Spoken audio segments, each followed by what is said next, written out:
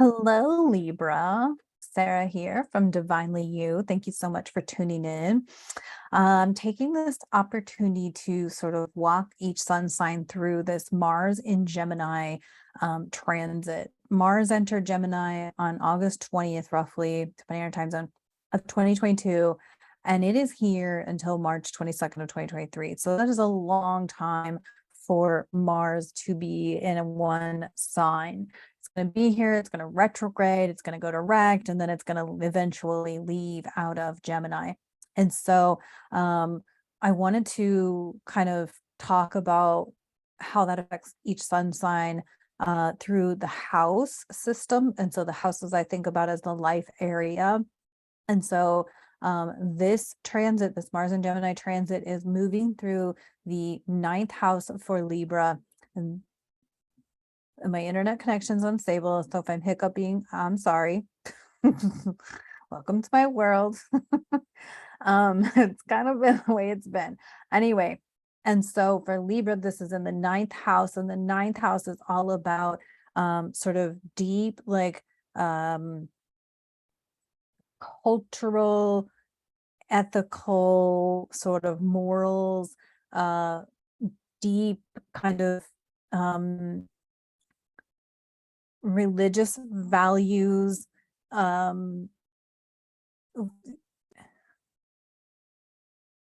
It's all about being like a moralistic, ethical life area for you. And for you, Libra, you're all about balance, right? What's the word I'm looking for? I want to say the drawing because I can't remember. Anyway, the image of your sign is the scale, so balance. And sometimes we get out of balance, right? And this is going to cause some out of balance for you in this area of connecting with like a higher power, or connecting with all the people, not just the same people you've been, but people of different backgrounds, of different faiths, of different sort of walks of life.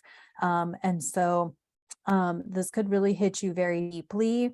Maybe it's going to break you out of your comfort zone of, well, I've only always associated with people who use, Apple products, and oh my God, now I have to associate with people who use non-Apple products, Androids, whatever it is. And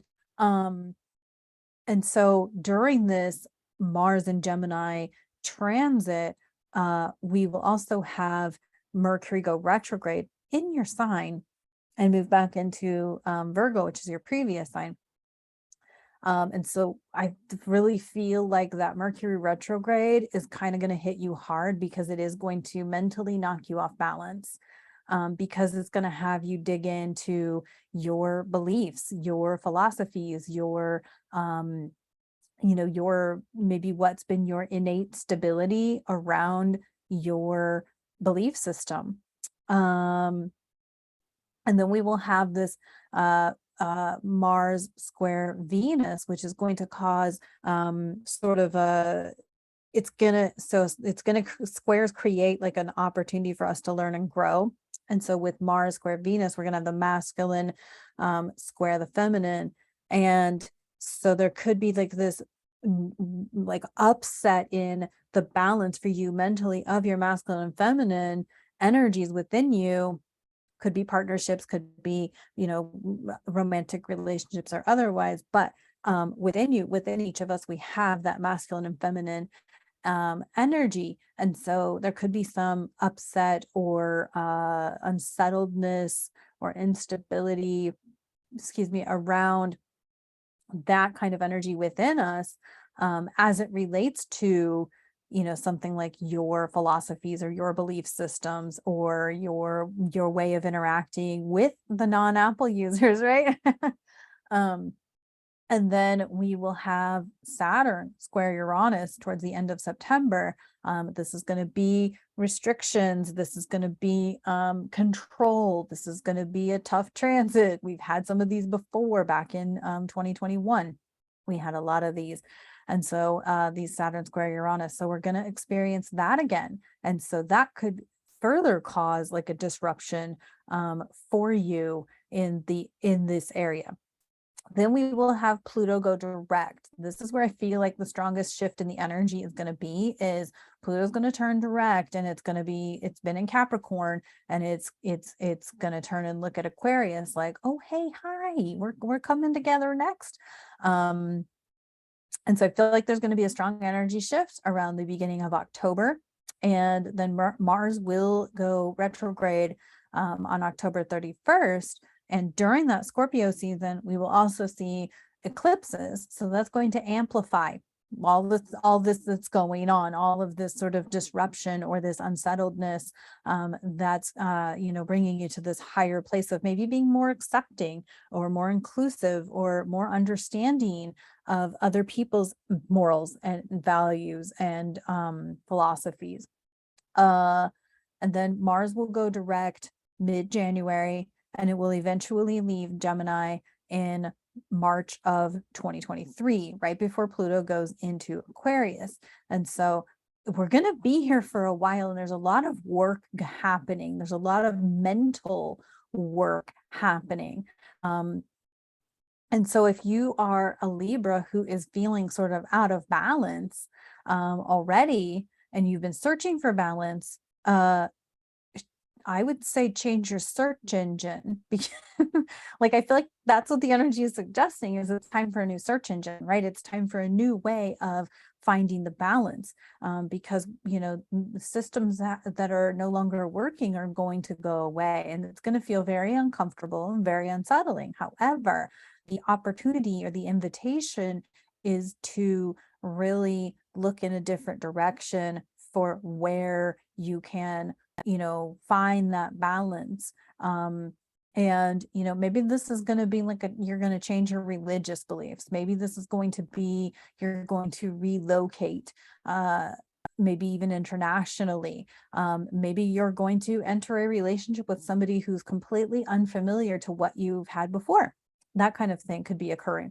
I would also invite you to look back at May, June of 2021. That's when we had eclipses in Gemini, and Mars is now coming here behind those eclipses, as if to be like, okay, you wanted that thing, here's that thing. You wanted things to go this way, here's that thing. It does, like, it takes the action, right? Mars is masculine. Masculine executes. It takes action.